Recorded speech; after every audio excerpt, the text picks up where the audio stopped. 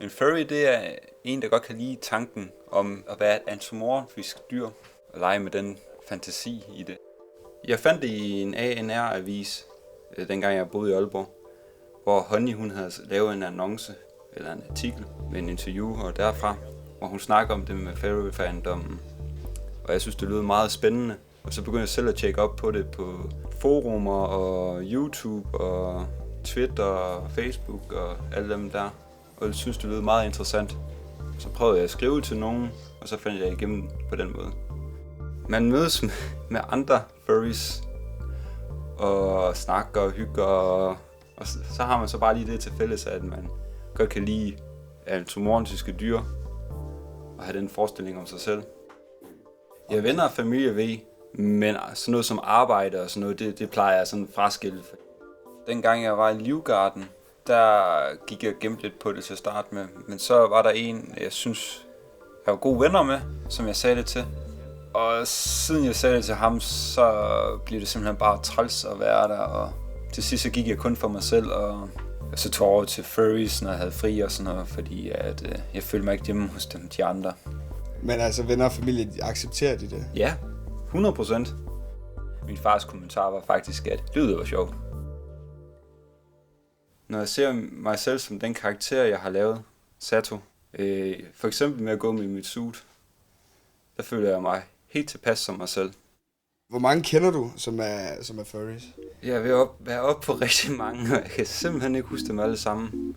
Jeg har simpelthen været til så mange forskellige ting. Men jeg ser måske 15 stykker, sådan tit og ofte. Og så jeg kender nok 60-40 stykker, ved jeg tror. Vi mødes 2-3 gange om måneden. Man mødes med dem, der har samme interesse som en selv. Og snakker om ens karakter og deres karakterer. Og hvad de der synes, der er fedt ved deres karakter. Og hvordan deres karakter opfører sig. Og snakker om ens arts, man får lavet. Og snakker om normale ting også. Hvilke arrangementer mødes I til? For eksempel furry meets og furry walks og cons og anime cons til tider også. Det er ikke så tit, men en gang imellem. For eksempel for 2 uger siden, der var jeg til en furry walk, hvor vi gik ned igennem Aarhus og gik og integrerede med de folk, der synes det var sjovt, og holdt os væk fra dem, der ikke synes det var sjovt. Man lærer hurtigt, hvem der synes det er sjovt, og hvem der synes det ikke er sjovt. Er det flest mænd eller kvinder, der er furry? Hovedsageligt nok mænd.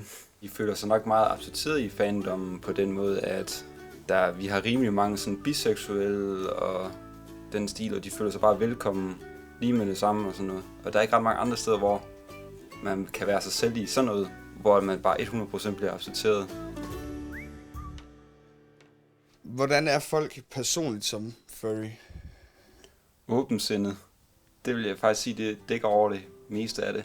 Fordi man føler sig bare hjemme, altså, når man mødes med andre. For eksempel en, der hedder Celia, jeg kender i København.